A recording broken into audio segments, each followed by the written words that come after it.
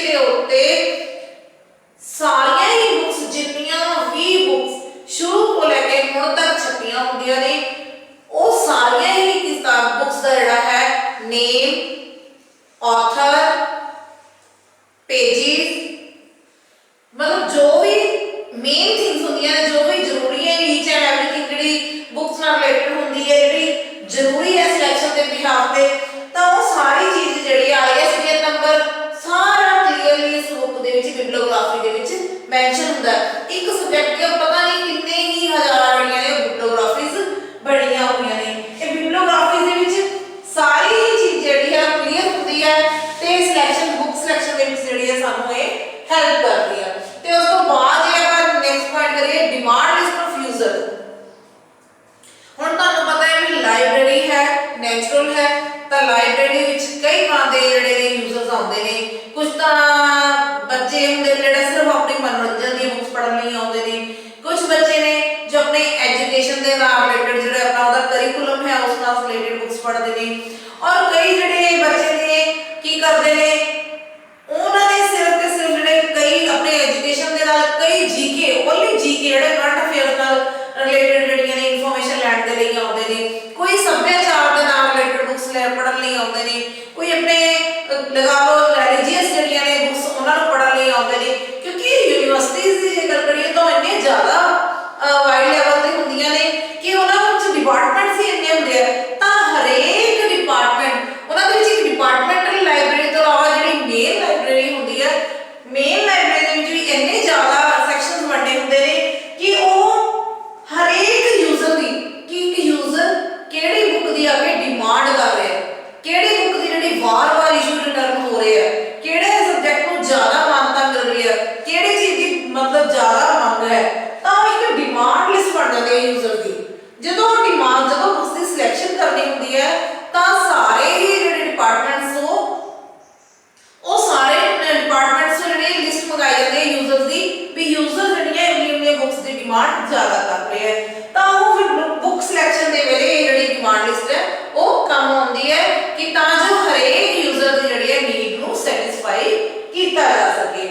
ਫਿਰ ਨੈਕਸਟ ਆਉਂਦਾ demand list of staff. ਹੁਣ ਸਟਾਫ ਦੀ ਜਿਹੜੀ ਡਿਮਾਂਡ ਲਿਸਟ ਦੀ ਗੱਲ ਕਰੀਏ ਤੇ ਜਿਹੜਾ ਸਟਾਫ ਹੈ ਉਹਨੇ ਆਪਣੇ ਸਿਲੇਬਸ ਦੇ ਨਾਲ ਰਿਲੇਟਡ ਬੁੱਕਸ ਪੜ੍ਹਨੀਆਂ ਨੇ ਜਾਂ ਆਪਣੇ ਸਿਲੇਬਸ ਨੂੰ ਹੋਰ ਵਾਈਡ ਕਰਨ ਲਈ ਸਿਲੇਬਸ ਦੇ ਨਾਲ ਜਿਹੜਾ ਹੋਰ ਡੈਪਥ ਵਿੱਚ ਜਾਣ ਵਾਲਾ ਸਬਜੈਕਟ ਦੇ ਨਾਲ ਰਿਲੇਟਡ ਹੋਰ ਉਹਦੇ ਨਾਲ ਲੱਗਦੇ ਐਕਸਟਰਾ ਮਟੀਰੀਅਲ ਵਾਲੀਆਂ ਬੁੱਕਸ ਨੇ ਜਾਂ ਉਹ ਪੜ੍ਹਨੀਆਂ ਨੇ ਜਾਂ ਜੋ ਟੈਕਸਟ ਬੁੱਕਸ ਨੇ ਉਹ ਪੜ੍ਹਨੀਆਂ ਤਾਂ ਸਟਾਫ ਦੀ ਵੀ ਇੱਕ ਆਪਣੀ ਡਿਮਾਂਡ ਲਿਸਟ ਬਣ ਜਾਂਦੀ ਹੈ। ਤਾਂ ਜਦੋਂ ਗੱਲ ਕਰੀਏ ਆਪਾਂ ਸਿਲੈਕਸ਼ਨ ਆਫ ਬੁੱਕਸ ਦੀ ਤਾਂ ਉਦੋਂ ਇਹ ਜਿਹੜੀ ਲਿਸਟ ਹੈ ਉਹ ਮੰਗਵਾਈ ਜਾਂਦੀ ਹੈ ਤਾਂ ਫਿਰ ਉਸ ਦੇ ਵਿੱਚੋਂ ਦੀ ਚੂਜ਼ ਕੀਤੀਆਂ ਜਾਂਦੀਆਂ ਨੇ ਵੀ ਕਿਹੜੀ ਬੁੱਕਸ ਜਿਹੜੀਆਂ ਨੇ ਉਹ ਜਿਹੜੀਆਂ ਸਾਡੇ ਬਜਟ ਦੇ ਅੰਡਰ ਆਉਂਦੀਆਂ ਨੇ ਤਾਂ ਉਸ ਤਰੀਕੇ ਨਾਲ ਜਾਂ ਉਹਦੀ ਕੁਆਲਿਟੀ ਬੈਸਟ ਹੈ ਹਰ ਈਚ ਐਂਡ ਐਵਰੀਥਿੰਗ ਚੈੱਕ ਕੀਤਾ ਜਾਂਦਾ ਫਿਰ ਉਸ ਤੋਂ ਬਾਅਦ ਜਿਹੜੀ ਉਸਦੀ ਡਿਮਾਂਡ ਕੀਤੀ ਜਾਂਦੀ ਹੈ। ਫਿਰ ਆ ਜਾਂਦਾ ਸਿਲੇਬਸ। ਜਿਹੜਾ ਸਿਲੇਬਸ ਹੈ ਸਿਲੇਬਸ ਦੇ ਵਿੱਚ ਤੁਸੀਂ ਦੇਖਿਆ ਹੋਣਾ ਹੈ ਬੀਐਡ ਦਾ, ਈਟੀਟੀ ਦਾ ਜਾਂ ਮਕੈਨੀਕਲ ਦਾ, ਮਕੈਨੀਕਲ ਇੰਜੀਨੀਅਰਿੰਗ ਦਾ ਜਾਂ ਕੰਪਿਊਟਰ ਇੰਜੀਨੀਅਰਿੰਗ ਦਾ, ਜਿੰਨੇ ਵੀ ਆਪਾਂ ਲਗਾ ਲਈਏ ਫਾਰਮੇਸੀ ਦਾ ਜਾਂ ਆਪਾਂ ਲਗਾਈਏ ਮੈਡੀਕਲ ਲਾਈਨ ਦਾ, ਹਰ ਇੱਕ ਦਾ ਜਿਹੜਾ ਸਿਲੇਬਸ ਪ੍ਰਿੰਟ ਹੁੰਦਾ ਨਾ ਤਾਂ ਸਿਲੇਬਸ ਦੇ ਨਾਲ ਹੀ ਉਹਦੇ ਪ੍ਰਿਸਕ੍ਰਾਈਬਡ ਬੁੱਕਸ ਹੁੰਦੀਆਂ ਨੇ। ਉਸ ਦੇ ਨੀਚੇ ਉਹਦੇ ਨਾਲ ਸੰਬੰਧਿਤ ਜਿਹੜੀਆਂ ਨੇ ਕਿਤਾਬਾਂ ਦੀ ਇੱਕ ਲਿਸਟ ਬਣਾ ਦਿੱਤੀ ਹੈ, ਪ੍ਰਿਸਕ੍ਰਾਈਬਡ ਬੁੱਕਸ ਦਿੱਤੀਆਂ ਹੁੰਦੀਆਂ ਨੇ। ਤਾਂ ਜਦੋਂ ਸਿਲੈਕਟ ਕਰਨੀ ਹੁੰਦੀ ਹੈ ਬੁੱਕਸ ਦੀ ਤਾਂ ਉਦੋਂ ਇਸ ਨੂੰ ਇੱਕ ਮੇਨ ਸੋਰਸ ਮੰਨ ਲਿਆ ਜਾਂਦਾ ਕਿ ਉਸ ਚੀਜ਼ ਨੂੰ ਵੀ ਕੋਲੇ ਰੱਖਿਆ ਜਾਂਦਾ ਹੈ ਤੇ ਦੇਖਿਆ ਜਾਂਦਾ ਵੀ ਇਹਦੇ ਵਿੱਚ ਜਿਹੜੀਆਂ ਪ੍ਰਿਸਕ੍ਰਾਈਬਡ ਬੁੱਕਸ ਨੇ ਕਿਹੜੀਆਂ ਬੈਸਟ ਨੇ, ਕਿਹੜੀਆਂ ਅਸੀਂ ਮੰਗਵਾ ਸਕਦੇ ਹਾਂ, ਕਿਹੜੀਆਂ ਸਾਡੀਆਂ ਬਜਟ ਦੇ ਅੰਦਰ ਆਉਂਦੀਆਂ ਨੇ, ਕਿਹੜੀਆਂ ਕੁਆਲਿਟੀ ਵਾਈਜ਼ ਬੈਸਟ ਨੇ।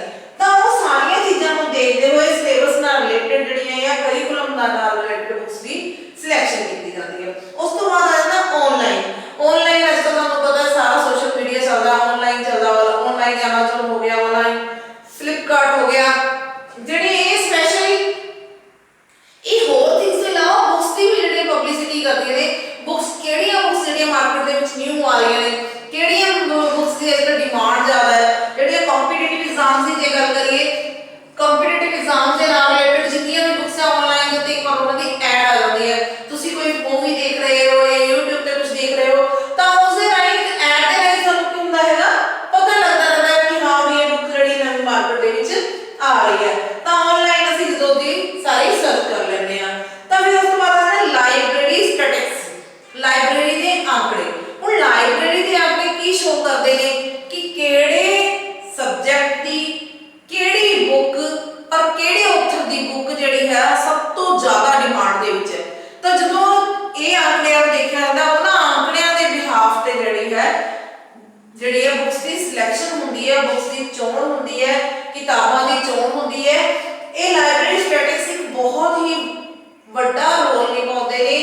इसे दे बिहाफ के उत्ते जे ये भी पता लगता है कि लाइब्रेरी कितनी ग्रो कर रही है, कितना ज़्यादा इसके विकास हो रहा है, कितनी ज़्यादा की वरतों हो रही है, तो लाइब्रेरी स्टैटिस्टिक्स के द्वारा ही जिहड़ा है यूजर्स की डिमांड का भी पता लगता है, स्टाफ की डिमांड का भी पता लगता है, तो बुक्स को सिलेक्ट करने में जिहड़ी सानू बहुत ज़्यादा बेनिफिट देती है। ये तो बेटे सीगे सोर्सेज ऑफ बुक सिलेक्शन की सी अपना सोर्सेज ऑफ बुक सिलेक्शन जिहड़े साडी बुक्स को डिसाइड करन दे विच सिलेक्ट करन दे विच हेल्प करदे ने। हुण इस तो बाद आपां करांगे एक्विजिशन ऑफ बुक्स, बुक्स दी प्राप्ति, एक्विजिशन ऑफ बुक्स।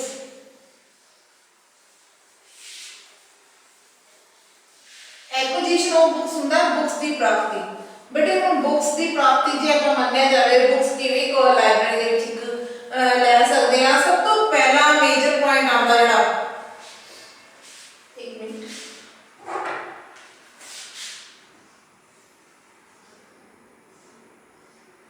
ठीक है। हुण उस दे लई सब तो पहला जे आपां गल करिए तां methods to acquire books। First है अपना methods to acquire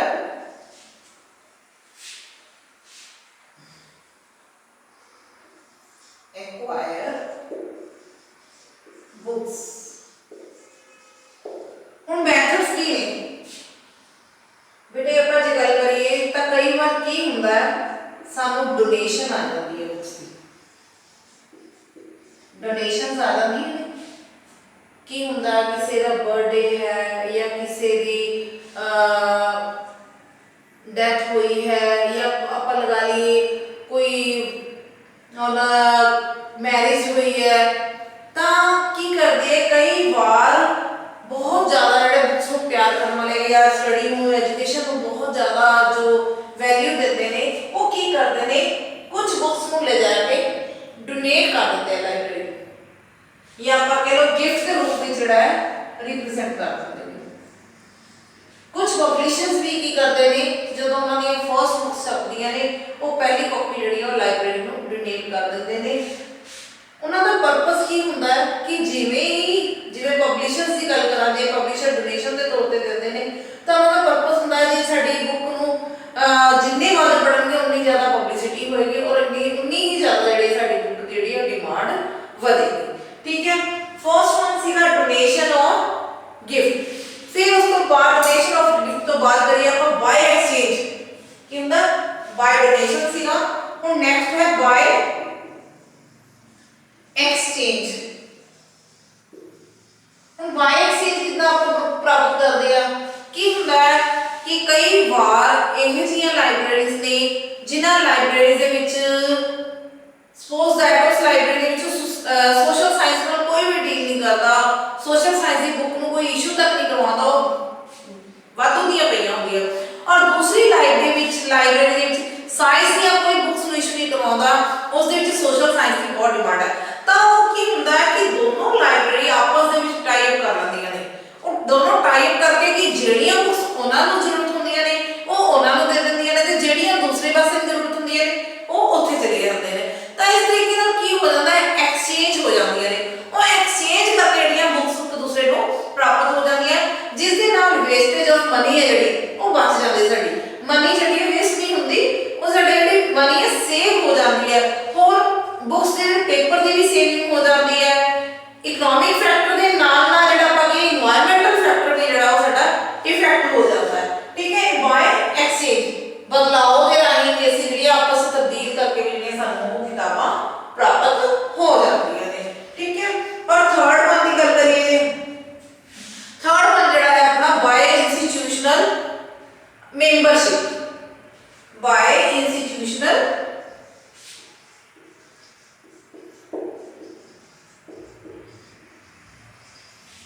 membership।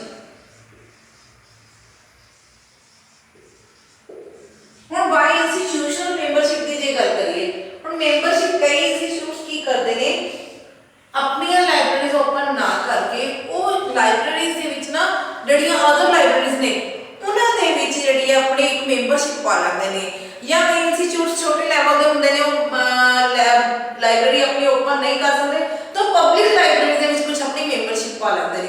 ਜਦੋਂ ਮੈਂਬਰਸ਼ਿਪ ਕਰ ਲੈਂਦੇ ਨੇ ਤਾਂ ਮੈਂਬਰਸ਼ਿਪ ਦੇ ਹਿੱਸੇ ਮੈਂਬਰਸ਼ਿਪ ਹੋਣ ਕਰਕੇ ਉਹਨਾਂ ਦੇ ਹਿੱਸੇ ਵਿੱਚ ਆਉਂਦਾ ਹੈ ਕਿ ਉਹਨਾਂ ਨੇ ਕੁਝ ਨਾ ਕੁਝ ਬੁੱਕਸ ਜਿਹੜੀਆਂ ਨੇ ਉੱਥੇ ਪਰਚੇਜ਼ ਕਰਕੇ ਜਿਸ ਤਰੀਕੇ ਨਾਲ, ਚਾਹੇ ਡੋਨੇਸ਼ਨ ਦੇ ਰਾਹੀਂ ਦੇਣ, ਚਾਹੇ ਐਕਸਚੇਂਜ ਦੇ ਰਾਹੀਂ ਦੇਣ, ਚਾਹੇ ਉਹ ਪਰਚੇਜ਼ ਕਰਕੇ ਦੇਣ, it is up to them, ਉਹਨਾਂ ਦੇ ਉੱਤੇ ਡਿਪੈਂਡ ਹੁੰਦਾ ਵੀ ਉਹਨਾਂ ਨੇ ਕਿਸ ਤਰੀਕੇ ਨਾਲ ਜਿਹੜੀਆਂ ਨੇ ਬੁੱਕਸ ਨੂੰ ਬਸ ਲਾਇਬ੍ਰੇਰੀ ਦੇ ਵਿੱਚ ਜਿਹੜਾ ਹੈ ਪ੍ਰੋਵਾਈਡ ਕਰਵਾਉਣਾ। ਉਹਨਾਂ ਦੀ ਇੱਕ ਬਸ ਮੋਰਲ ਡਿਊਟੀ ਬਣ ਜਾਂਦੀ ਹੈ ਕਿ ਉਸਨੇ ਉਸ ਇੰਸਟੀਚਿਊਟ ਨੇ ਹੈ ਮੈਂਬਰਸ਼ਿਪ ਦੇ ਕਰਕੇ ਲਾਇਬ੍ਰੇਰੀ ਨੂੰ ਜਿਹੜੀਆਂ ਨੇ ਉਹ ਬੁੱਕਸ ਜਿਹੜੀਆਂ ਨੇ ਉਹ ਪ੍ਰੋਵਾਈਡ ਕਰਵਾਉਣੀਆਂ ਨੇ। ਉਸ ਦਾ ਕੁਝ ਹਿੱਸਾ ਜਿਹੜਾ ਵੀ ਜਿੰਨੀ ਵੀ ਪਰਸੈਂਟੇਜ ਰੱਖੀ ਹੁੰਦੀ ਹੈ ਕਿ ਇੰਨੇ ਪਰਸੈਂਟ ਤੱਕ ਦੀਆਂ ਬੁੱਕਸ ਜਿਹੜੀਆਂ ਸਾਨੂੰ ਤੁਸੀਂ ਪ੍ਰੋਵਾਈਡ ਕਰਵਾਉਣੀਆਂ ਨੇ, ਤਾਂ ਉਹ ਜਿਹੜਾ ਇੰਸਟੀਟਿਊਸ਼ਨ ਹੈ ਉਹ ਜਿਹੜਾ ਚਾਹੇ ਤਾਂ ਆਪਣੇ ਸਬਜੈਕਟ ਨਾਲ ਰਿਲੇਟਡ ਬੁੱਕਸ ਆਪਣੀਆਂ ਡੋਨੇਟ ਕਰੇ ਜਾਂ ਪਰਚੇਜ਼ ਕਰਕੇ ਦੇਵੇ, ਚਾਹੇ ਬਾਈ ਐਕਸਚੇਂਜ ਕਰਕੇ ਦੇਵੇ, ਜਾਂ ਆਪਣਾ ਸਿਲੇਬਸ ਨਾਲ ਰਿਲੇਟਡ ਜਾਂ ਕੋਈ ਕਰਿਕੂਲਮ ਜਾਂ ਫਿਰ ਆਪਾਂ ਕਹਿ ਲਈਏ ਵੀ ਕੋ-ਕਰਿਕੂਲਮ ਐਕਟੀਵਿਟੀਜ਼ ਨਾਲ ਰਿਲੇਟਡ, ਜਾਂ ਫਿਰ ਆਪਾਂ ਕਹਿ ਲਈਏ ਕਰੰਟ ਅਫੇਅਰਸ ਦੇ ਨਾਲ ਰਿਲੇਟਡ, ਜਿਸ ਤਰ੍ਹਾਂ ਦੀ ਵੀ ਉਸ ਨੂੰ ਬੁੱਕਸ ਜਿਹੜੀਆਂ ਠੀਕ ਲੱਗਦੀਆਂ ਨੇ ਉਹ ਮੈਂਬਰਸ਼ਿਪ ਦੇ ਨਾਤੇ ਉਹਨਾਂ ਨੂੰ ਉਹ ਦੇਣੀਆਂ ਪੈਂਦੀਆਂ ਨੇ। ਕਈ ਵਾਰ ਕੀ ਹੁੰਦਾ ਕਿ ਲਾਇਬ੍ਰੇਰੀ ਖੁਦ ਵੀ ਡਿਮਾਂਡਸ ਕਰਦੀਆਂ ਨੇ ਇੰਸਟੀਟਿਊਟਸ ਤੋਂ ਵੀ ਸਾਨੂੰ ਇਹ ਵਾਲੀਆਂ ਬੁੱਕਸ ਦੀ ਰਿਕੁਆਇਰਮੈਂਟ ਹੈ, ਤੁਸੀਂ ਇਹ ਵਾਲੀਆਂ ਬੁੱਕਸ ਜਿਹੜੀਆਂ ਨੇ ਉਹ ਪ੍ਰੋਵਾਈਡ ਕਰਵਾਓ। ਤਾਂ ਇਹ ਆਪਸ ਦੇ ਵਿੱਚ ਉਹਨਾਂ ਦੀ ਆਪਣੀ ਅੰਡਰਸਟੈਂਡਿੰਗ ਹੁੰਦੀ ਹੈ ਕਿ ਉਹ ਕਿਸ ਤਰੀਕੇ ਨਾਲ ਜਿਹੜਾ ਹੈ ਉਸ ਨੂੰ ਬੁੱਕਸ ਨੂੰ ਪ੍ਰੋਵਾਈਡ ਕਰਦਾ ਹੈ। ਤੇ ਲਾਸਟ ਜਿਹੜੇ ਪੁਆਇੰਟ ਦੀ ਗੱਲ ਕਰੀਏ ਆਪਾਂ ਪਰਚੇਜ਼, ਲਾਸਟ ਹੈ ਜਿਹੜਾ ਪਰਚੇਜ਼, ਸਭ ਤੋਂ ਲਾਸਟ ਪੁਆਇੰਟ ਜਿਹੜਾ ਆਪਣਾ ਆ ਜਾਂਦਾ ਕਿ ਅਲਟੀਮੇਟ ਐਂਡ ਕੀ ਹੁੰਦਾ ਹੈ ਕਿ ਸਾਨੂੰ ਜੇ ਡੋਨੇਸ਼ਨ ਦੇ ਰਾਹੀਂ ਬੁੱਕਸ ਨਹੀਂ ਮਿਲੀਆਂ ਜਾਂ ਐਕਸਚੇਂਜ ਦੇ ਰਾਹੀਂ ਬੁੱਕਸ ਨਹੀਂ ਮਿਲੀਆਂ, ਇੰਸਟੀਟਿਊਸ਼ਨ ਦੇ ਰਾਹੀਂ ਬੁੱਕਸ ਨਹੀਂ ਮਿਲਦੀਆਂ, ਤਾਂ ਅਸੀਂ ਕੀ ਕਰਦੇ ਹਾਂ, ਉਹਨਾਂ ਬੁੱਕਸ ਨੂੰ ਪਰਚੇਜ਼ ਕਰਦੇ ਹਾਂ। ਜਿਹੜੀਆਂ ਬੁੱਕਸ ਅਸੀਂ ਪਰਚੇਜ਼ ਕਰਦੇ ਹਾਂ, ਪਰਚੇਜ਼ ਕਰਨ ਦੇ ਵੇਲੇ ਸਾਨੂੰ ਹਰ ਚੀਜ਼ ਦਾ ਧਿਆਨ ਰੱਖਣਾ ਪੈਂਦਾ ਹੈ, ਬੁੱਕ ਦੀ ਕੁਆਲਿਟੀ ਦਾ, ਬੁੱਕ ਦੇ ਪ੍ਰਾਈਸ ਦਾ, ਬੁੱਕ ਦੇ ਪਬਲਿਸ਼ਰ ਦਾ, ਬੁੱਕ ਦੇ ਰਾਈਟਰ ਦਾ, ਜਿਹੜੇ ਮੇਨ ਚੀਜ਼ਾਂ ਨੇ ਅਸੀਂ ਉਹ ਸਾਰੀਆਂ ਕਾਊਂਟ ਕਰਦੇ ਆ ਪਰਚੇਜ਼ਿੰਗ ਦੇ ਦੌਰਾਨ। ਇਹ ਜਿਹੜੇ ਚਾਰ ਚੀਜ਼ਾਂ ਨੇ ਜੋ ਸਾਨੂੰ ਮੈਥਡਸ ਨੇ ਜਿਹੜੇ ਜਿਹਨਾਂ ਰਾਹੀਂ ਅਸੀਂ ਬੁੱਕਸ ਨੂੰ ਲੈ ਸਕਦੇ ਹਾਂ। ਠੀਕ ਹੈ ਬੇਟਾ ਜੀ। ਉਸ ਤੋਂ ਬਾਅਦ ਆ ਜਾਂਦਾ ਬੁੱਕ ਐਕੁਜੀਸ਼ਨ ਦੇ ਵਿੱਚ ਅਸੀਂ ਜਦੋਂ ਬੁੱਕ ਲੈਂਦੇ ਆ ਤਾਂ ਉਹਦੇ ਲਈ ਕੀ ਜਿਹੜੀਆਂ ਸਾਨੂੰ ਗੱਲਾਂ ਧਿਆਨ ਵਿੱਚ ਰੱਖਣੀਆਂ ਪੈਂਦੀਆਂ ਨੇ। ਪਰਚੇਜ਼ਿੰਗ ਦੇ ਬਾਅਦ ਜਦੋਂ ਅਸੀਂ ਪਰਚੇਜ਼ ਕਰ ਲੈਂਦੇ ਆ, ਐਕੁਜੀਸ਼ਨ ਦੇ ਜਦੋਂ ਕਹਿੰਦੇ ਐਕਵਾਇਰ ਕਰ ਲੈਂਦੇ ਆ, ਬੁੱਕ ਸਾਨੂੰ ਪ੍ਰਾਪਤ ਹੋ ਜਾਂਦੀ ਹੈ, ਤਾਂ ਕਿਹੜੀਆਂ ਗੱਲਾਂ ਦਾ ਧਿਆਨ ਰੱਖਣਾ ਪੈਂਦਾ ਹੈ। ਸਭ ਤੋਂ ਪਹਿਲਾਂ ਚੈੱਕ ਦਾ ਬਿੱਲ, ਠੀਕ ਹੈ, ਉਸ ਦੇ ਬਿੱਲ ਨੂੰ ਚੈੱਕ ਕੀਤਾ ਜਾਂਦਾ। ਸੈਕੰਡਲੀ ਉਸ ਦੀ ਫਿਜ਼ੀਕਲ ਕੰਡੀਸ਼ਨ ਨੂੰ ਚੈੱਕ ਕੀਤਾ ਜਾਂਦਾ, ਫਿਜ਼ੀਕਲ ਕੰਡੀਸ਼ਨ ਨੂੰ ਚੈੱਕ ਕੀਤਾ ਜਾਂਦਾ। ਕਲੀਅਰ। ਥਰਡ ਵਨ, ਬਿੱਲ ਨੂੰ ਚੈੱਕ ਕੀਤਾ, ਉਸ ਦੀ ਤਰੀਕ ਨੂੰ ਚੈੱਕ ਕੀਤਾ, ਉਸ ਦੇ ਪ੍ਰਾਈਸ ਨੂੰ ਚੈੱਕ ਕੀਤਾ, ਫਿਜ਼ੀਕਲ ਕੰਡੀਸ਼ਨ ਦੇ ਵਿੱਚ ਉਸ ਦੀ ਪੇਜਿੰਗ ਨੂੰ ਚੈੱਕ ਕੀਤਾ, ਕੋਈ ਪੇਜ ਫਟਿਆ ਤਾਂ ਨਹੀਂ ਹੋਇਆ ਜਾਂ ਕੋਈ ਪੇਜ ਉਲਟੇ ਤਾਂ ਨਹੀਂ ਲੱਗੇ ਹੋਏ, ਪ੍ਰਿੰਟਿੰਗ ਨੀਟ ਐਂਡ ਕਲੀਨ ਹੈ, each and everything is included in physical condition। ਉਸ ਦੀ ਫਿਜ਼ੀਕਲ ਕੰਡੀਸ਼ਨ ਜਿਹੜੀ ਆ ਉਹ ਆਪਾਂ ਚੈੱਕ ਕਰਦੇ ਆ। ਫਿਰ ਉਸ ਤੋਂ ਬਾਅਦ ਆਪਾਂ ਐਕਸੈਸ਼ਨਿੰਗ ਲਈ ਭੇਜਦੇ ਆ। ਉਸ ਦੇ ਲਈ ਇਸ ਤੋਂ ਬਾਅਦ ਕੀ ਕਰਿਆ ਜਾਂਦਾ ਹੈ, ਐਕਸੈਸ਼ਨਿੰਗ ਲਈ ਭੇਜਿਆ ਜਾਂਦਾ ਹੈ, ਐਕਸੈਸ਼ਨਿੰਗ। ਠੀਕ ਹੈ। ਹੁਣ ਬੁੱਕ ਇਹ ਕਦੋਂ ਹੋ ਰਿਹਾ, ਜਦੋਂ ਅਸੀਂ ਬੁੱਕਸ ਨੂੰ ਐਕਵਾਇਰ ਕਰ ਲਿਆ, ਪ੍ਰਾਪਤ ਕਰ ਲਿਆ, ਉਸ ਤੋਂ ਬਾਅਦ ਜਿਹੜਾ ਐਕੁਜੀਸ਼ਨ ਡਿਪਾਰਟਮੈਂਟ ਹੈ, ਐਕੁਜੀਸ਼ਨ ਸੈਕਸ਼ਨ ਹੈ, ਉਹ ਇਹ ਸਾਰੀਆਂ ਚੀਜ਼ਾਂ ਨੂੰ ਵੈਰੀਫਾਈ ਕਰਦਾ ਹੈ, ਬਿੱਲ ਨੂੰ ਚੈੱਕ ਕਰਦਾ ਹੈ, ਫਿਜ਼ੀਕਲ ਕੰਡੀਸ਼ਨ ਚੈੱਕ ਕਰਦਾ ਹੈ, ਐਕਸੈਸ਼ਨਿੰਗ ਲਈ ਭੇਜਦਾ ਹੈ।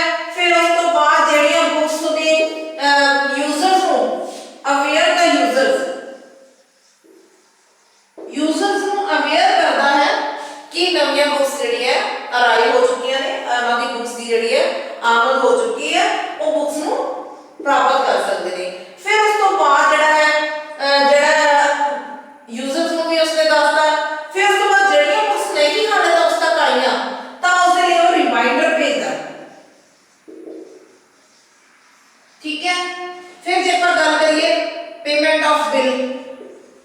बिल दी पेमेंट करता है,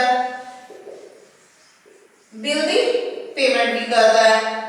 फिर अपन ये कोऑर्डिनेशन विद दूसरे नाल लेन देन करदा, तालमेल बिठाउंदा, कोऑर्डिनेशन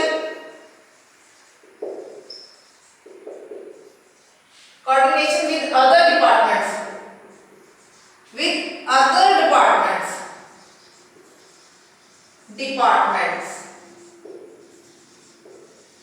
ਜਿਹੜੇ ਦੂਸਰੇ ਡਿਪਾਰਟਮੈਂਟਸ ਨੇ ਉਹਨਾਂ ਦੇ ਨਾਲ ਕੀ ਕਰਦਾ ਹੈ, ਕੋਆਰਡੀਨੇਸ਼ਨ ਬਣਾ ਕੇ ਰੱਖਦਾ ਹੈ।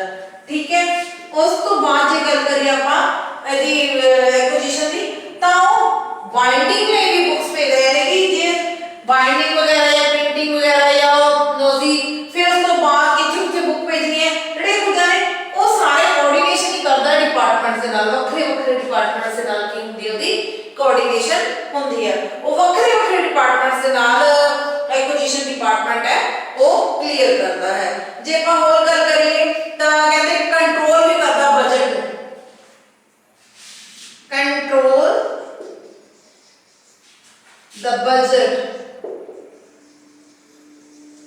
ऑफ इंस्टीट्यूट, स्कूल, यूनिवर्सिटी, कुछ भी लिख लो, किसी भी मतलब ਜਿਹੜਾ ਵੀ बुक्स ਨੂੰ ਲੈਣ ਦੇਣ ਦੇ ਮਾਮਲੇ ਦੇ ਵਿੱਚ ਜਿਹੜੇ ਬਜਟ ਦੀ ਜ਼ਰੂਰਤ ਹੁੰਦੀ ਹੈ ਜਾਂ खाता जिन्ना भी कह लो लैंड का, देन का या उसका पहला जो अनुमानित अंदाजा बनाने वो सारा कुछ जो भी जिन्ना भी काम है वो कितना होता है, एक्विजिशन ऑफ बुक्स का, बुक्स एक्वायरिंग का। ठीक है, एक्विजिशन दे विच किया जाता है सारा कुछ। क्लियर है बेटा जी?